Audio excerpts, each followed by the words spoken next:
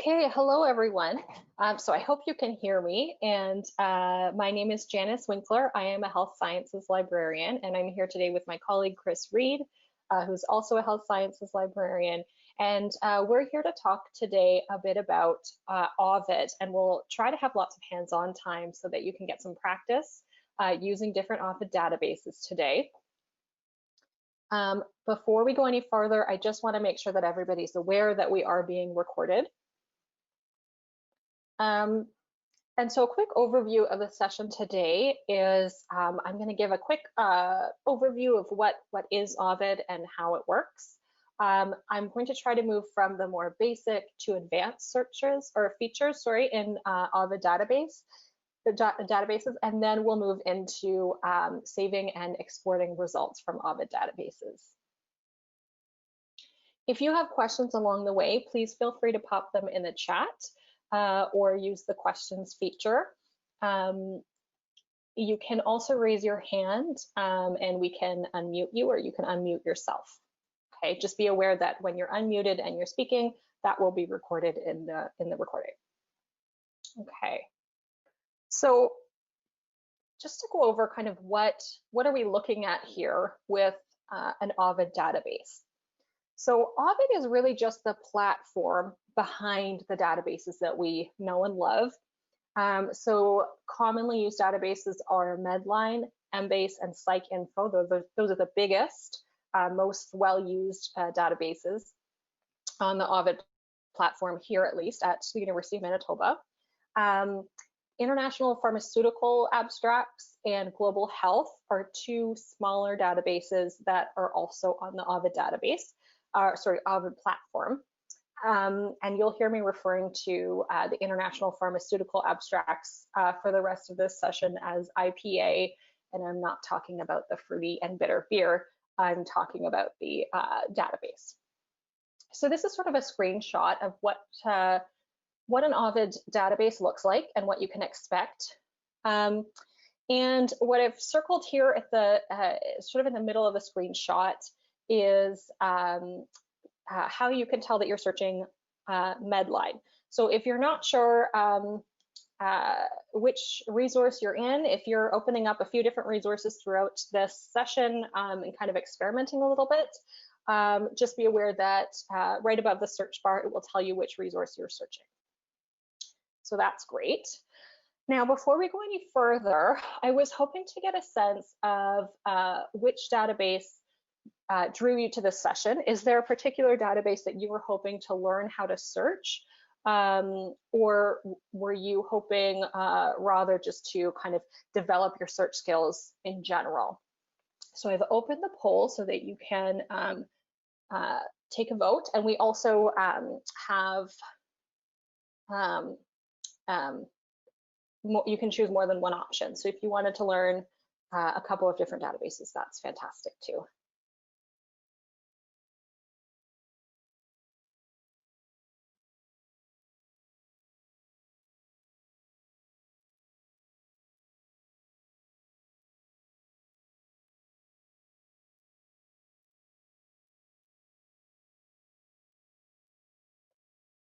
Okay, we're at about half of you have voted so far, so I'm going to give it another 30 seconds or so for the rest of you to get your vote in.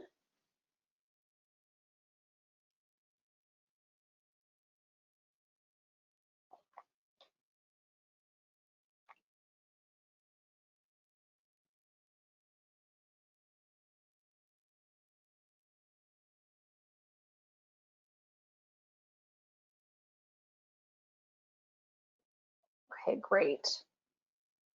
I'll leave it open for another few seconds, but what I can tell you I'm seeing here is a lot of interest in Medline and PsycInfo, and also some of you are not interested in any particular database, or in addition to the databases that you're interested in, you're just looking to build your search skills in general. So that sounds great, and I will try to make sure we meet those goals. Okay, so I will close that poll. So I'm going to go over the basics of each of these databases just to give you a sense of what they're for, why you would choose to search them. And then also if there's anything special or unique about any of them that you might need to know.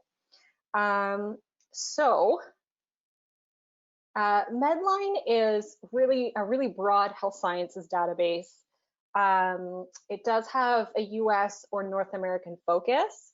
It's very much very similar to what you'd be searching in PubMed. So there is quite a lot of overlap in PubMed. So just to give you a sense of why you might choose to search Medline through Ovid rather than just searching on PubMed, is PubMed was really designed for like basic, quick clinical searching, which is not to say that it can't do advanced searching. It certainly can, but Ovid just makes that process a lot easier. So if you're looking to do an advanced search, if you're doing a more in-depth research project and you want to make sure you're covering everything, certainly if you're doing a systematic review or anything like that, it makes sense to use Medline on Ovid rather than through PubMed. Embase is another database that we almost think of it as kind of like the European PubMed or Medline. And it also addresses the health sciences broadly. So both of these databases are really useful for all of the health sciences, oftentimes, life sciences like biological sciences, and then even we have social science and humanities researchers who use them if their work touches on health at all. So those are huge databases. We have a couple of smaller ones here too. IPA and Global Health are both kind of more custom resources. IPA has pharmaceutical information, and Global Health is more focused on, it's what it sounds like, it's focused on international sources in health. Now, there are a couple of unique things about each of these databases, and in particular, there are limits to how many users can use them at the same time. So I'm gonna suggest that we not use them for this presentation, because if you are trying to work through a search in one of these databases and someone else tries to join, then they'll get kicked off. And that's okay if you're legitimately searching it, but if you're just sort of playing around and experimenting, then typically I'd suggest you use a different database for that.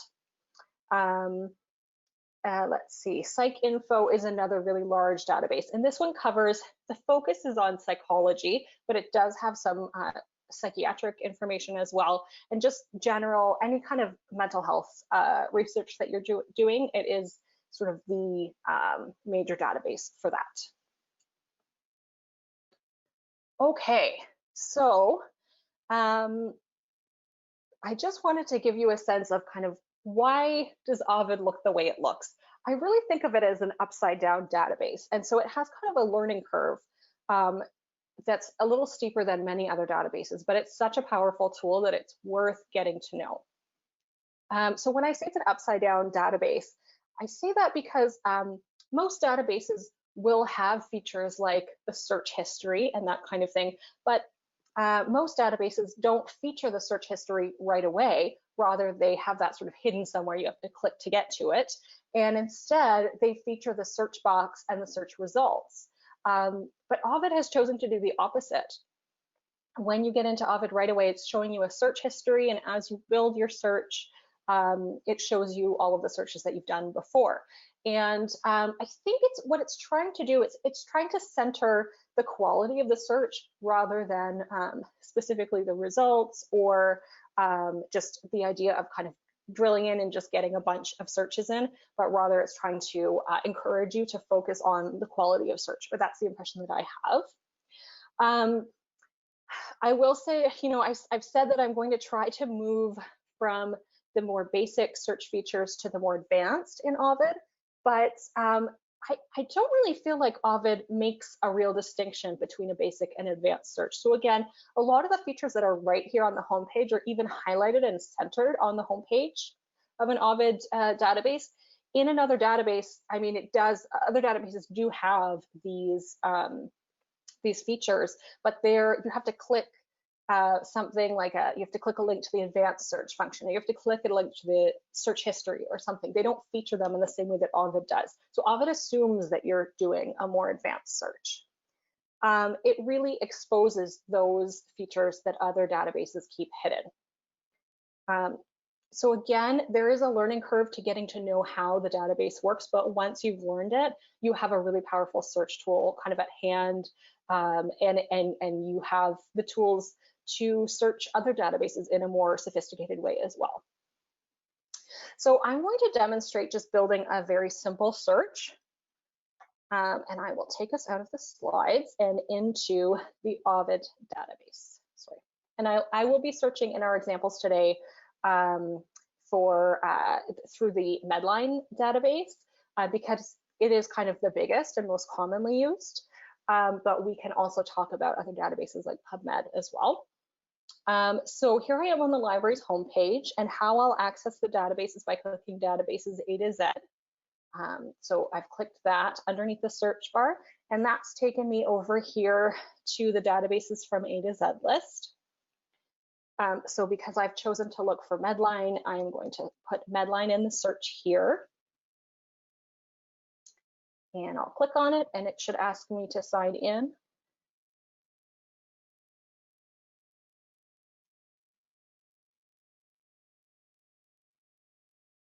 So that's generally how one navigates to any of the databases. And I just wanted to demonstrate that because I will be having you navigate to databases as part of the more workshop-y type of or section of this session. So I wanted you to have a sense of how to open it. Okay, so here I am, and like I've talked about, this right here at the top is my search history. So it's empty right now. I haven't searched anything, but as you'll see, it's going to start to fill up. Okay, so I'm going to search for the topic of patient navigators. Okay, so I'm searching patient navigator. I'm gonna leave it like that and click search. Now again, Ovid is not just going to search the term and take me to my results as I might expect it to. Instead, it's taking me right to subject headings. And so some of you may be more or less comfortable with subject headings. I'm going to try and gloss over it right now, and then we can talk about it more in depth as we go. But for now, it has found me a subject heading. So I searched patient navigator, and it's found this subject heading patient navigation, which is close enough to me. I can look over here on the right-hand side, there is a little eye. If I click on that, it'll show me the scope notes. And so that will tell me what is this subject heading about, so I can determine if it's relevant. Now I've already done that, and it's the subject heading is close enough to the term that I've searched that I can just go ahead and click continue. We're still not done. It's going to ask me if I want to include subject headings. And typically I suggest, unless you have a huge and very broad topic that you need to narrow down, I typically suggest we just skip all of the subject headings and click continue. Okay, and it just won't include anything there. So here we go back to our, again, it's not showing us our search results. We're seeing instead the search history, right? So I can see here, this is the search that I just put in, and these are the number of results that I got, okay? So I'm going to show you how I would search that same term as a keyword. So now I'm going to try patient navigation.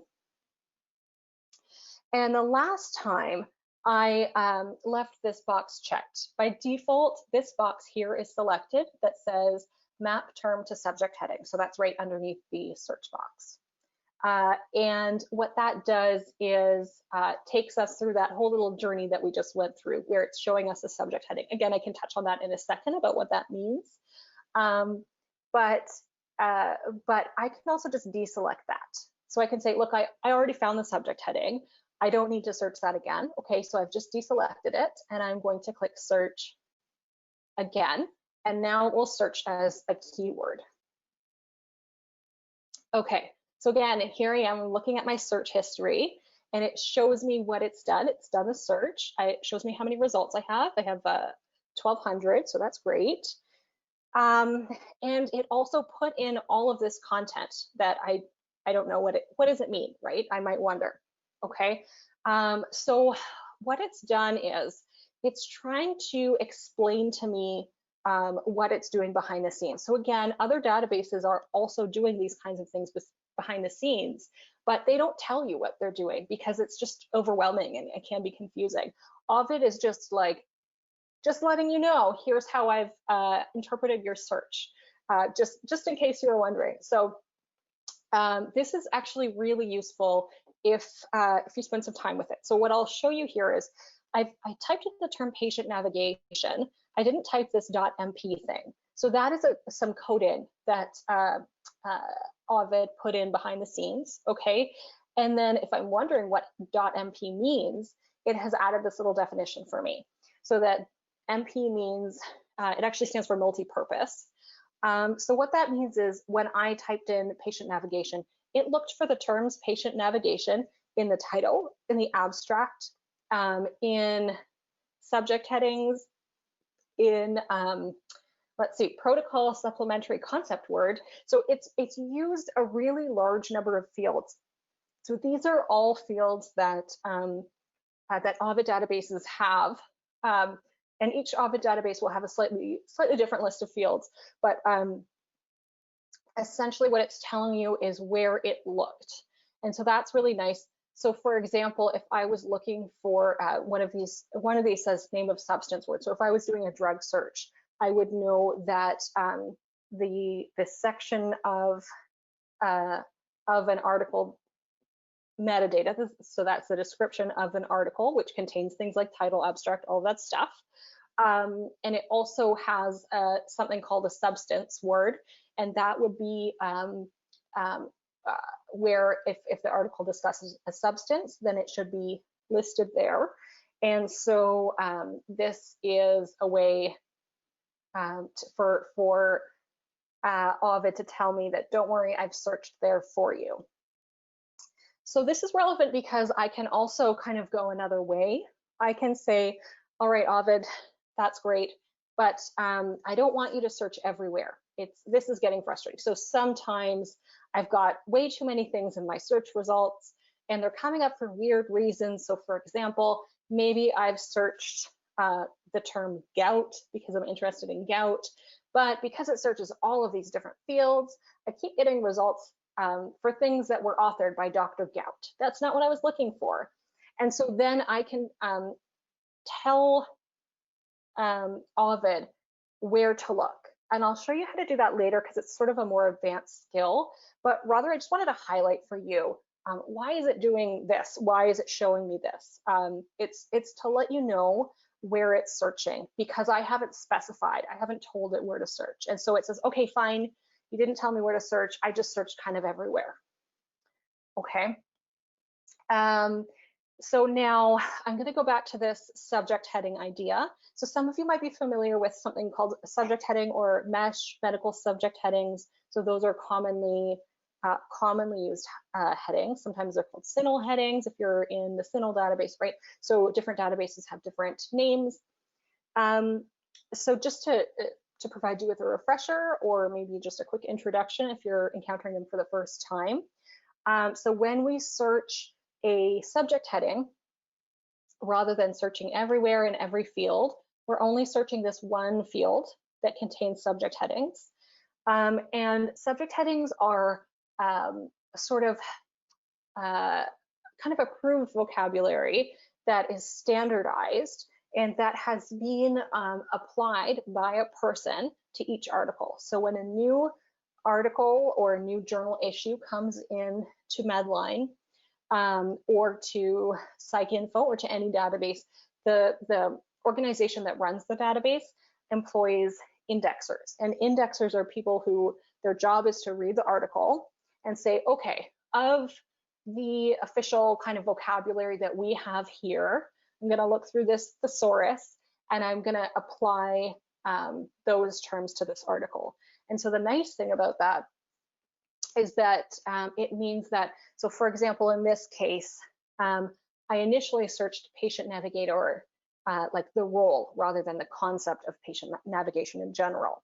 So I can search, rather than having to search patient navigation or patient navigator or patient navigators, the plural, rather than having to work that out myself, when I search for patient navigation as a subject heading, the indexers who've read the articles should have applied the subject heading of patient navigation to everything that talks about patient navigation, whether or not it used the specific words patient navigation, or whether it used the word patient navigator.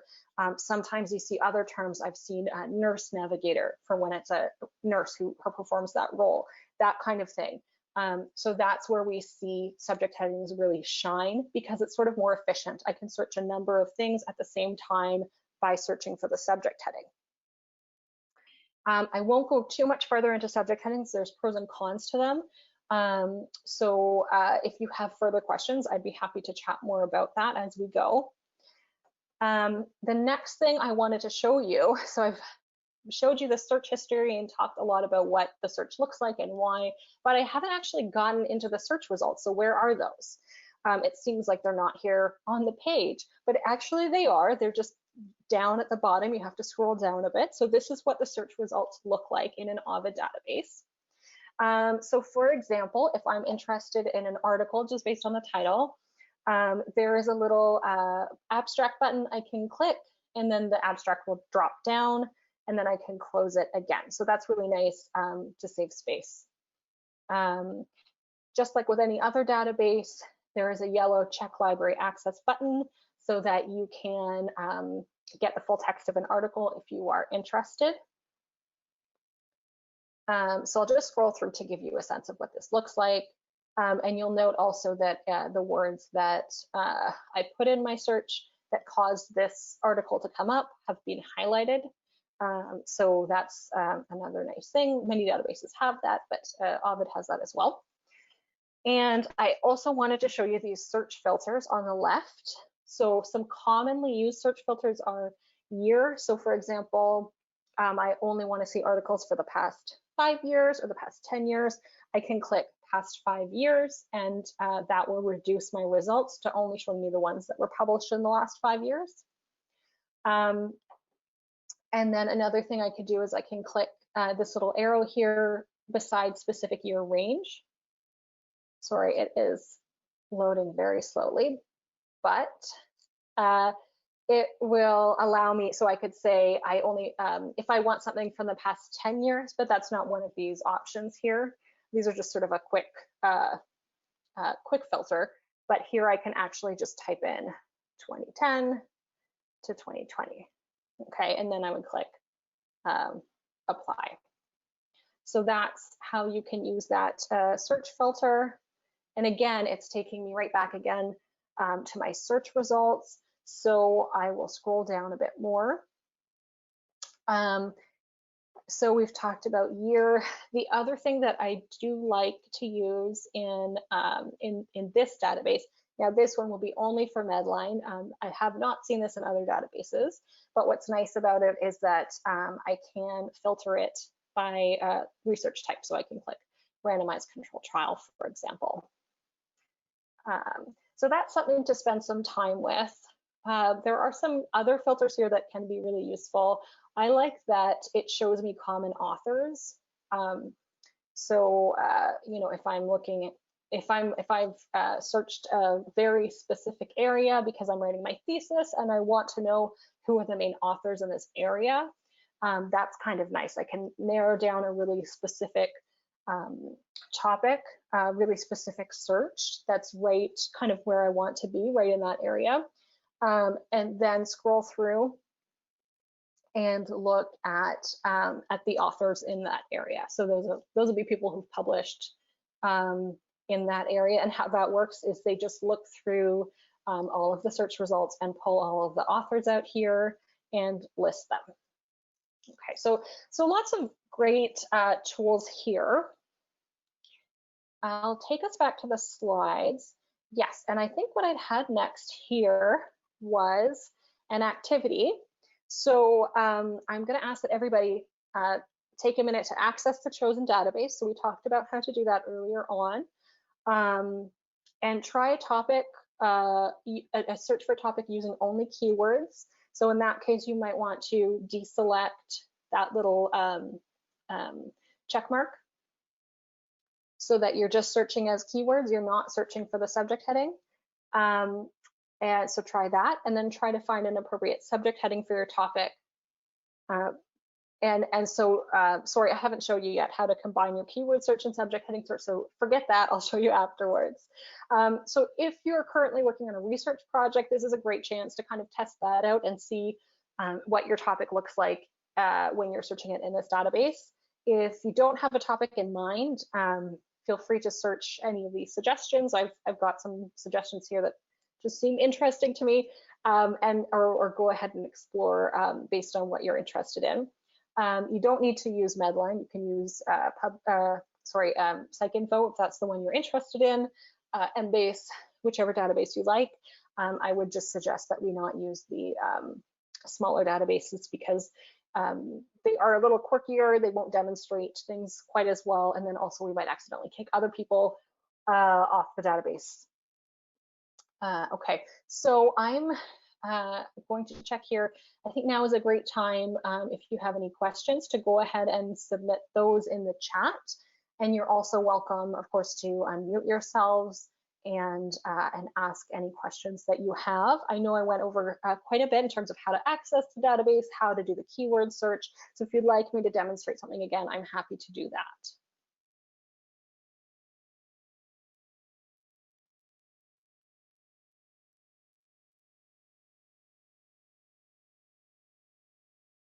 Okay, Janice, we have a question.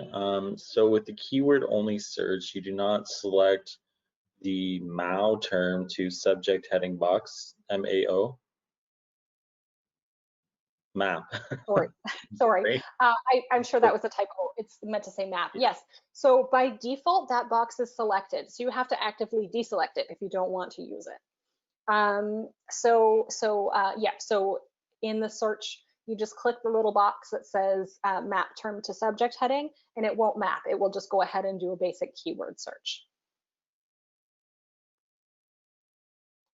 So that's a great question. Thank you.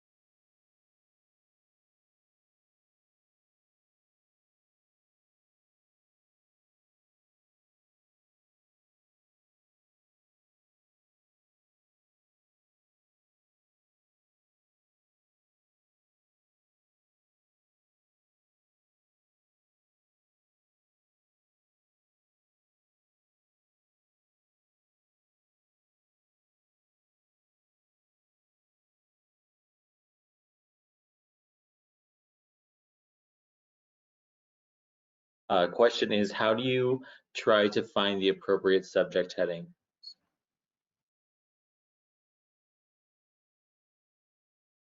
Yeah, that's a great question. So what we would do here is that would be like when I'm in the search or when I'm on the search here, I leave that box checked, map term to subject headings, right?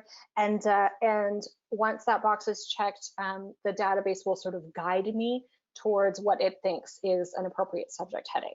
So how I did that, remember when I did that quick search for patient navigation, and it sort of showed me, I'll just show you again what that looks like. Okay, and I'll click search, and remember I have this box checked. So I'm going to click search here. And so it has this one already selected because it thinks that's the correct one. Now, not every topic has a subject heading, so it may be that there isn't an appropriate one for your topic. And that's kind of part of this process, is experimenting and sort of getting to know what your topic looks like, how your topic is covered in the database. Sometimes there's more than one that can be useful.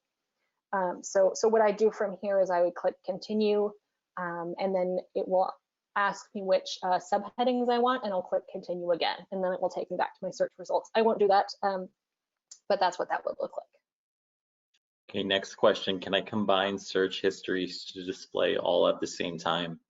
or maybe she means combine everything in the search history at the same time. Okay, so right now, I'll answer what I think is your question and correct me if I'm wrong. Yeah, so I could click this little box here and then click or, and it will combine both of those searches to make sure that it's kind of the broadest it can be. So I can check the boxes here like that. And then the other way I could do that would be by saying 1 or 2, and just typing that in. So that's another way to do it. If you are playing around a lot with your search results, with your search, you'll start to find that your search history gets quite long, and some of it is hidden. So it will only show you your most recent searches. And so somewhere around here, I think on the right-hand side, there'll be a little link that you click, button you can click that says expand or show all or something to that effect. And then you can click that to see all of your search history. So I just touched on kind of how to show all your search and also how to combine your search. So let me know, or your search history. That's kind of a quick tour around the search history features. But let me know if I haven't answered or I misunderstood your question.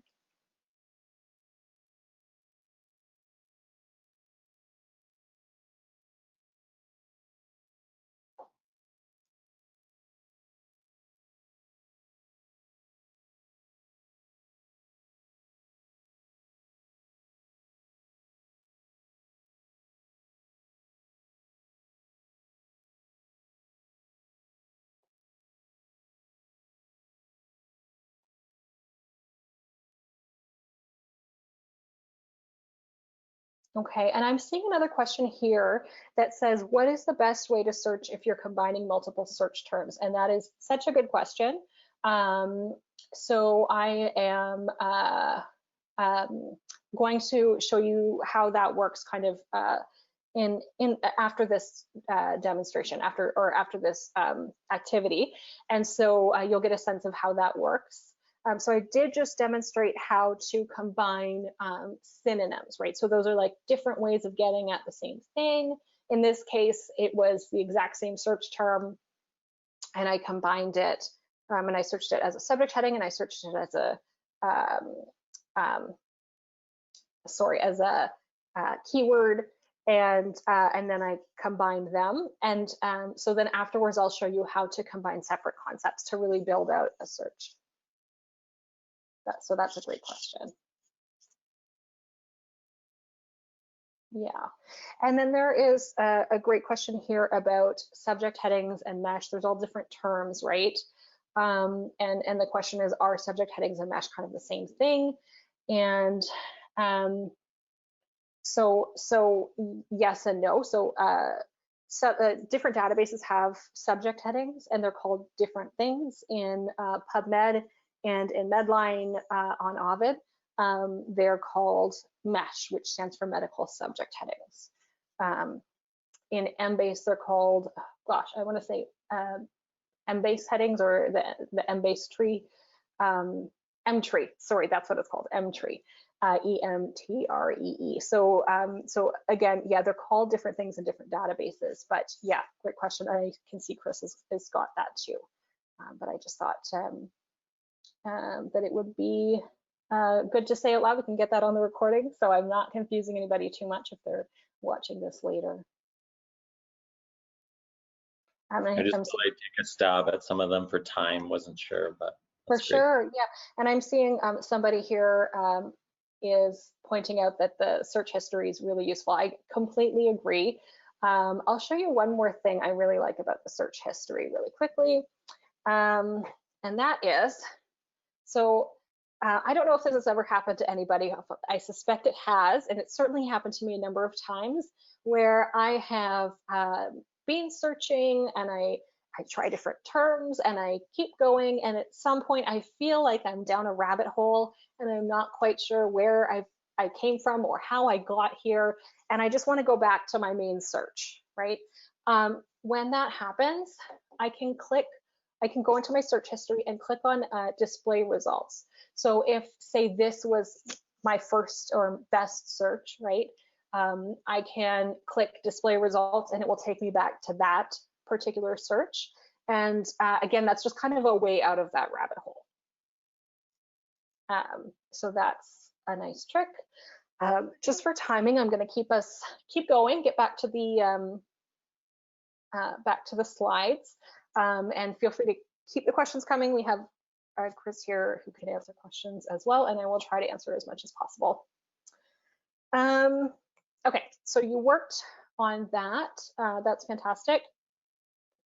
I'm going to show how I would further develop this search, and that is exactly what one of the questions was about.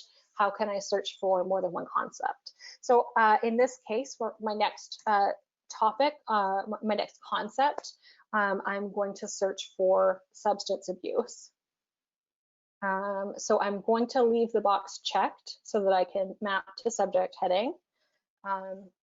Okay, and now last time I searched separately for the subject heading and the keywords. I did those searches separately, mostly because I wanted you to see what was going on. I wanted you to see what it looked like. But in this case, the other option is always, I can choose the subject heading for my topic, and underneath, even if there's a really long list, the last thing in the list is always search as keyword, and it will show you your search terms, and then it will say .mp. Which is exactly what we were just talking about. That's that multi-purpose search. It's kind of looking everywhere or almost everywhere. So where it says search as keyword, I will select that as well. And it will search both of those, and you can see it's combined here with or. So that means that it will find something that has substance-related disorders in the subject heading field, or anything that talks about substance abuse in any of those fields, in any of the multi-purpose fields. Okay, so now I'll click continue. And again, it should ask me, oh, it doesn't ask me about subheadings because I have both a keyword and a subject heading. Okay, so this is what that looks like now. You can see in my search line 4. Okay, so for each of these concepts, I've kind of tried to make them as big as possible. I couldn't really realistically look through 1,200 results, or I suppose I could, but for most searches, that's not necessary. I certainly couldn't look through 132,000 results, right? So what we do is we're combining these. And the goal is to make each individual concept as big as possible so that when we combine them, we don't end up with nothing. So in this case, I have chosen to select line 3 and line 4. So I didn't choose either of these because I've already combined them into one search here. And line 4 is the one that combines both the subject heading and the keyword. And so I will search that this time with and. So I will click that button. And again, I could also just type in the search box here. I can type in 3 and 4. But in this case, I like to use the boxes here. I find that kind of handy. And so now I've only got 23 results. So you can see why it's really important that we flesh out each of those topics or keywords, sorry, not keywords, but concepts as much as possible so that they're as large as possible, because when we combine them, oftentimes there's very little overlap. So scrolling down here, I can see the results. Sorry, I can see you can see my search results. And again, I showed you before the author search, and that's as your search results list is smaller, that becomes more useful. When you have 1 million results, there will be so many authors it will be useless, but it can be kind of useful when you have a really large, a really small number of search results, because it will have a more limited number of authors. So that is how we kind of flesh out a search. And I hope that answers the question from the previous question asker participant. I wanted to highlight a couple of things that are unique to Ovid about Ovid searching. The first is called, we think of it as phrase searching. And so for those of you who typically search in other databases, you might be more comfortable with this or familiar with this concept. And what it is when we're searching for two or more words in a row, and it's important that they go together. So something like myocardial infarction, we want those words to go together. Something like, actually, patient navigator is a great example. I don't want like the term patient in my title and somewhere in the abstract the term navigation, right? I want the terms to stay together because they mean something. They mean something different when they're together. So that's phrase searching. And typically in databases, you use quotation marks to keep phrases together. So I would type it in as open quote, patient navigator, close quote. In Ovid, when you type two or more words in a row, and you haven't put in ands and ors or anything like that, then by default, it searches those terms as a phrase. So that's good to know because it will significantly limit your results. So if you're searching something like patient navigator, substance use, if you just type all those words in, you will not have any results because there's no sentence that will contain the phrase patient navigator, substance use all in a row like that, right? So if you want to search for more than one word in the same line, but not as a phrase, it's important to use and. So when you do that, again, this is in Ovid, put the word and it will search for anything that contains one of the words and the word and the other word, but not necessarily in a row and not necessarily in the same field. So it could be in the title field, could be the other word is in the abstract field. Okay. Janice, might be a good time to bring up this question while you're talking about ands. Yes. If I'm interested in a very specific population, should I combine that with ands? So if I'm interested in military personnel and the search topic of post-traumatic growth, can I just combine those things with and, or is there a better way? I think that's a great idea. Yeah, that's a great question. And yes, that is how I would do it.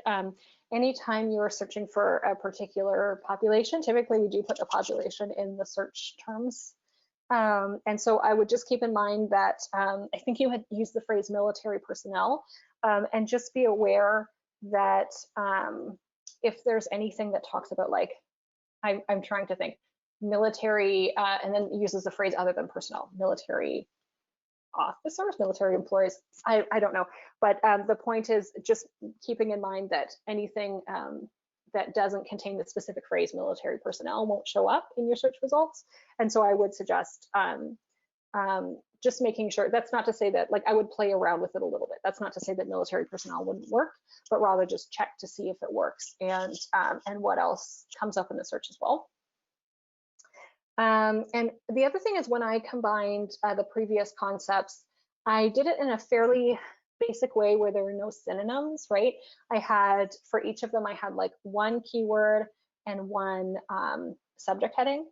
And so what I would suggest in the real world is adding a bunch of more keywords to your search as synonyms. So you could search, you have choices as to how to do that. You could search them all in one row and say all at the same time. You could search military personnel or soldiers or you know, and keep going, adding all your synonyms if you would like to, or if you can.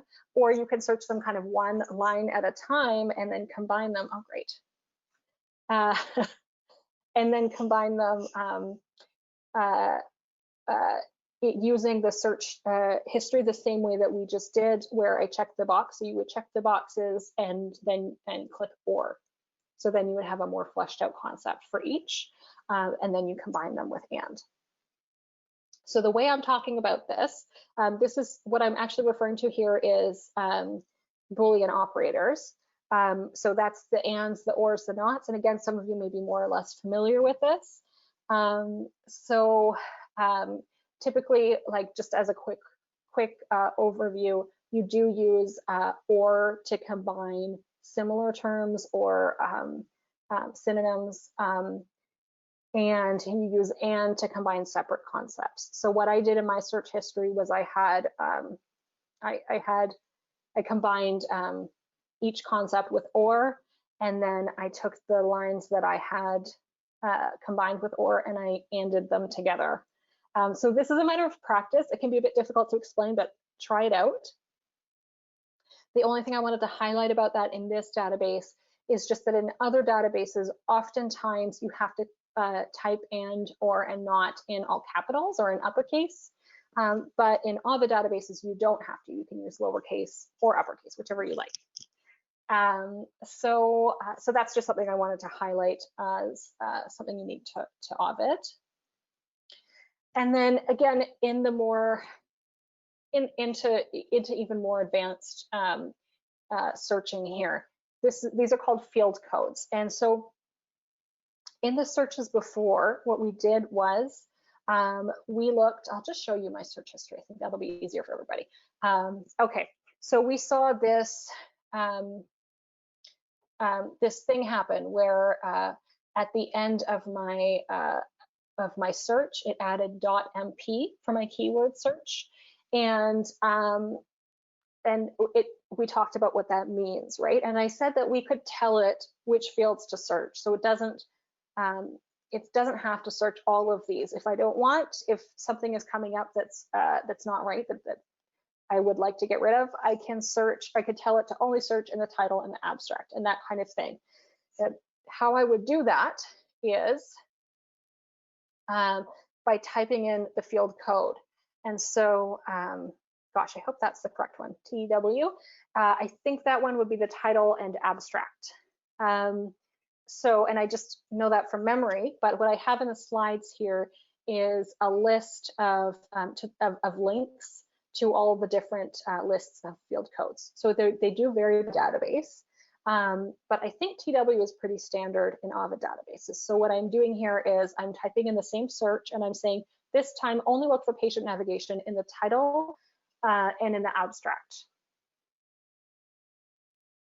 Okay, and you can see, so last time I had 1,200 articles, this time I only have 700, okay? So it's really reduced my results, and maybe that's not useful. Maybe I needed a broader search, but maybe it was too broad. Maybe it was coming up in contexts that don't make sense, and that kind of thing will happen as well. So that's when I want to narrow my results. So I'll say TW to only look title and abstract. And in fact, I can take it a step further. I can say, I can give it more than one field code. So I can say, look in the title field and the keyword field. So that is, or sorry, title and abstract and keyword. So that's where I put more than one. So the trick here is after your keywords, you have to type period, then the field code, and period. If you want to put more than one field code, it's period, field code, comma, field code, period. Okay, and so then this should expand it a little bit. We'll see. Okay, here we go. So again, the search has now expanded a little bit. I have more results. I have 777. Last time I had 705, right? So I happen to know those off the top of my head because I use Medline a lot. I don't expect that any of you would know those terms, and I have to say sometimes I'll go a little while without using a database and completely forget all of the field codes. So you can look them up. So I've linked in here, and you can download these slides as handouts. I've linked the list of field codes. And then the other thing to be aware of, and I'm just going to open this now so you can see what it looks like. The other thing to be aware of is if you don't know, you can literally just Google Ovid Medline field codes. So that's another option, Ovid Embase field codes, Ovid PsycInfo field codes. Okay, so that's another option if you lose the handout or something like that, or if you're watching this on YouTube later. So this is what the Medline database guide looks like. It can be a bit overwhelming. You just keep in mind what you're here for. You're here for the fields, okay? So on the left, I can click fields so that it'll take me straight to the fields, okay? And again, these are the ones that I've previously used. So I had previously shown you title word, or text word is actually what it stands for, TW. So that's here, and I can click on that and it will show me a description of what TW search is. I can also just look at the list. Oh boy, look at the list, sorry, and look for title. So I can just search title here, TI. So there are some different ways of going about that. So you'll want to spend some time with that. If you're doing really advanced searches, I will say if you see that and you're overwhelmed, that's okay. The large majority of the time, just MP will do the multi-purpose field, and you don't even have to type in .mp, right? That gets added automatically, as we saw here in the search history. Okay.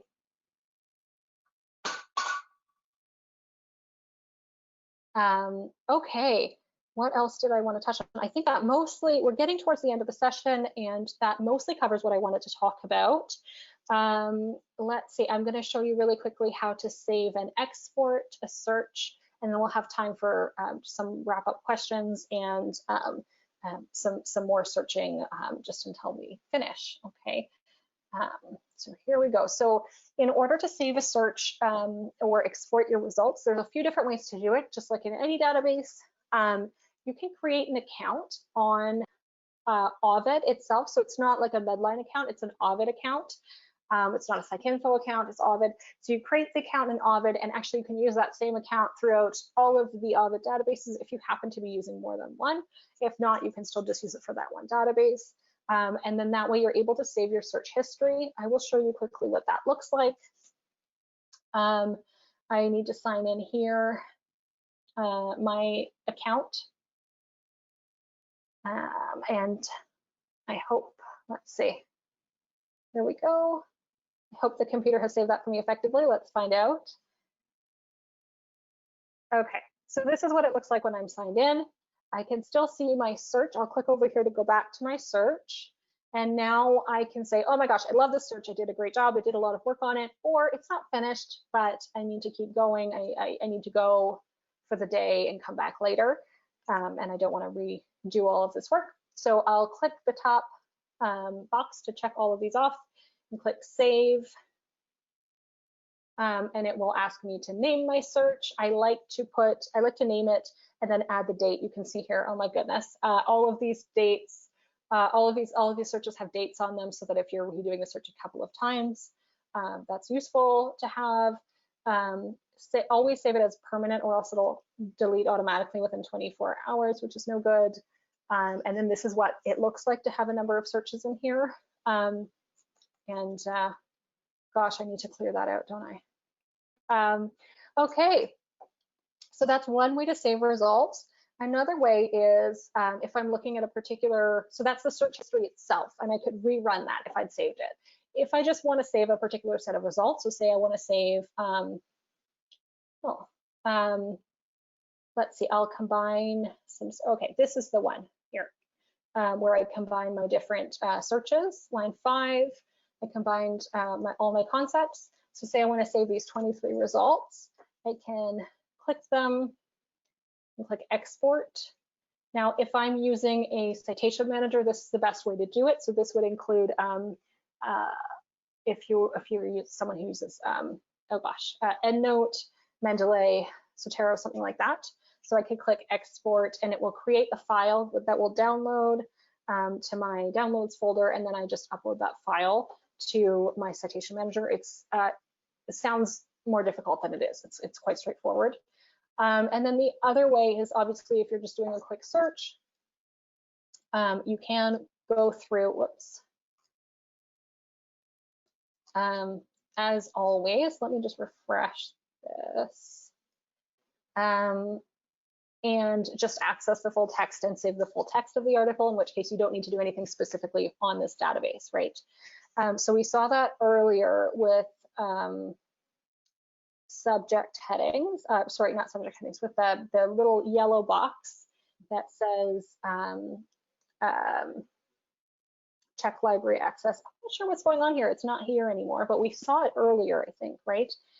So that will be something, oh, here it is. Okay, check library access. Oh, I see. These are articles that where the full text is already contained in Ovid, which is lovely, but most of the time that doesn't happen. So I can click through to the library's website, get full text that way, and then save the articles as PDFs or something to that effect. Okay, So just in the last few minutes, a couple things I wanted to highlight. We have about 5 minutes left, so please go ahead and keep searching, and I will stay around to answer all your questions. That's great. I just want to let you know in the slides, again, this is in the handout section, so please do download them. There's a link to your subject librarian. So if you're having more questions as you go, you'd like to learn a little more in a little more depth or problem solve, there's a link to contact your subject librarian, who's always happy to help you. And we also have a feedback form. This is our first time running the Ovid session, so I would be really happy to hear what you think of it and what might make it more useful for you. And we really do take that feedback into account. So thanks very much. I will pop back onto the activity page and then here, and I'll go through and look at the questions.